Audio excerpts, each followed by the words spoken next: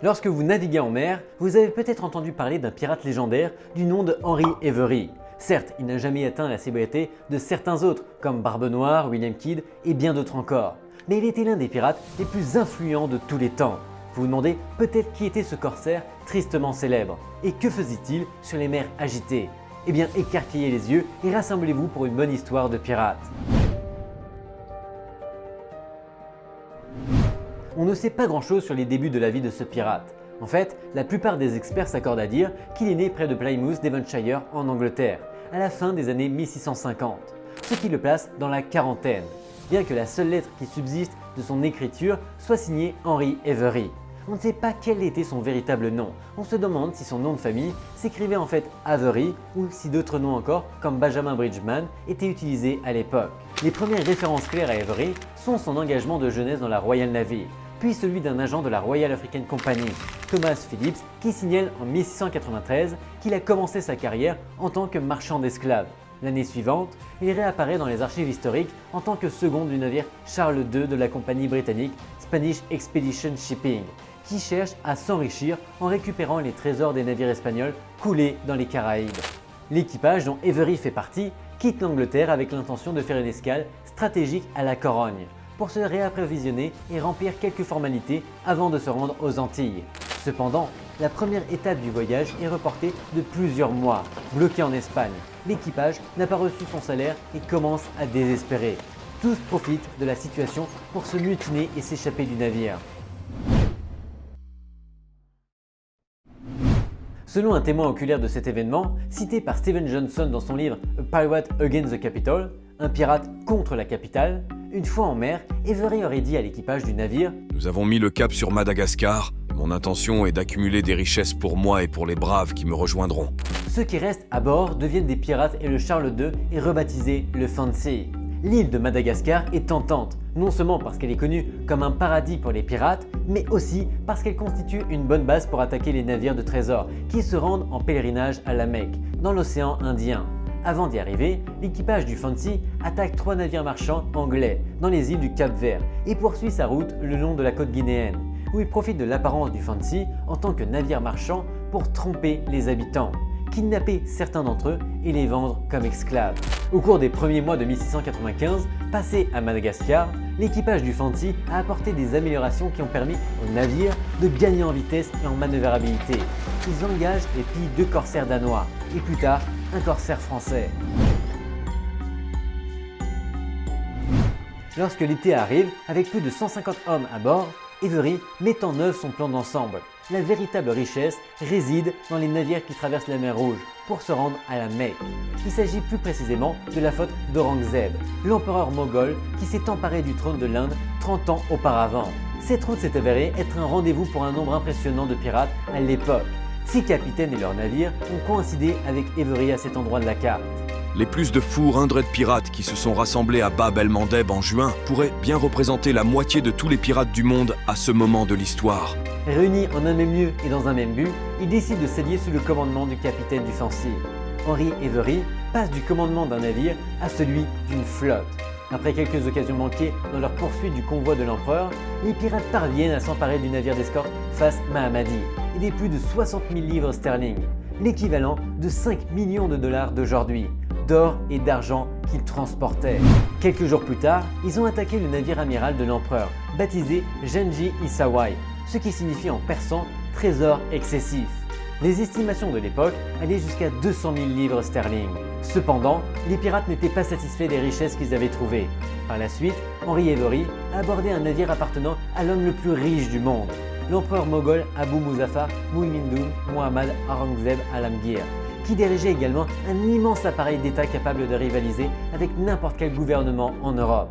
Selon les survivants, après avoir abordé le navire et en avoir pris le contrôle, les pirates ont commencé à assassiner et à torturer les passagers pour les forcer à révéler l'emplacement de certaines parties du trésor. Ils ont également violé plusieurs passagères à bord, dont les membres de la famille de l'empereur, pendant des jours entiers. Je sais, nous ne sommes clairement pas dans l'histoire des pirates des Caraïbes. Lorsque le Genji Isawai est arrivé à Surat, la nouvelle a été accueillie avec colère. Les pirates n'avaient pas seulement volé les richesses de l'empereur, ils avaient aussi violé ses femmes, alors qu'elles accomplissaient le pèlerinage le plus sacré de la foi musulmane. ils n'avaient pas seulement commis un simple crime, mais un sacrilège.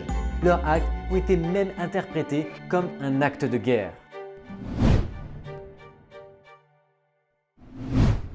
Dans la foulée, l'empereur Aurangzeb réagit aux événements en arrêtant les hauts fonctionnaires de la compagnie anglaise des Indes orientales qui, selon lui, conspiraient contre lui.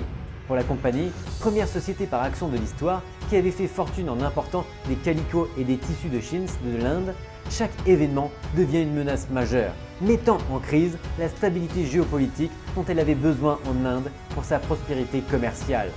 Afin de préserver leurs accords commerciaux, Aurangzeb a été dédommagé pour ce qui avait été volé. Les pirates ont promis d'être traduits en justice et le gouvernement comme la compagnie ont mis leurs agents et leurs navires à la recherche des pirates, offrant d'importantes récompenses pour leur capture. Henry Avery est rapidement devenu l'homme le plus recherché du Royaume-Uni, mais on n'a jamais découvert où il se trouvait. Imaginez, tous les pirates et les agents de la justice se sont rencontrés et battus pendant des jours. Des centaines de personnes ont péri dans l'océan et l'océan est même devenu rouge sang, pire que l'épisode du mariage rouge de Game of Thrones. C'est ce que l'on pouvait imaginer, mais en réalité, c'est nettement moins impressionnant. Tout ce que l'on sait, c'est que les pirates se sont partagés leur butin et ont mis le cap sur les Bahamas. Quelques-uns ont été retrouvés et exécutés, mais la plupart ont fui vers l'Europe ou les colonies américaines. On n'a plus jamais entendu parler de Avery. Le mystère qui a marqué son enfance le suivra jusqu'à la fin. Les brumes qui obscurcissent la naissance du boucanier du Devonshire sont presque aussi épaisses que celles qui entourent sa mort. Expliquant que le pirate est devenu une légende de son temps, un héros pour certains et un méchant pour d'autres. Il était un mutin, un leader syndical, un ennemi de l'État et un roi pirate. Et à la fin, il est devenu un fantôme. Jusqu'à présent, les historiens savaient seulement que Avery s'était embarqué pour l'Irlande en 1696, où sa trace s'était perdue. Mais une poignée de pièces de monnaie déterrées dans un verger de Rhode Island et d'autres sites de Nouvelle-Angleterre pourraient contribuer à résoudre l'un des plus vieux mystères du monde. Mais l'historien Jim Bailey, chasseur professionnel d'artefacts de l'époque coloniale, oui, moi aussi j'étais surpris mais visiblement c'est un vrai métier, à la fin, Jim a trouvé des pièces de monnaie en 2021 qui, selon lui et d'autres, prouvent que le célèbre pirate s'est d'abord rendu dans les colonies américaines, où lui et son équipage ont utilisé le butin pour leurs dépenses quotidiennes pendant qu'ils fuyaient. La première pièce, non abrégée, était découverte en 2014 à la ferme Sweetberry à Middletown, un site qui avait été piqué la curiosité de Bailey 2 ans plus tôt après qu'il eut trouvé de vieilles pièces de monnaie coloniale, une boucle de chaussures du XVIIIe siècle et des balles de mousquet. En ajoutant un détecteur de métaux au-dessus du sol, il a reçu un signal, a creusé et a trouvé de l'argent sale, mais ici littéralement de l'argent sale, une pièce d'argent noircie de la taille d'une pièce de 10 centimes. Monsieur Bailey a d'abord supposé qu'il s'agissait d'argent espagnol ou de la colonie de la baie du Massachusetts, mais lorsqu'il a examiné la pièce de plus près, il a remarqué un texte en arabe. Les recherches ont confirmé que cette pièce exotique avait été frappée au Yémen en 1693.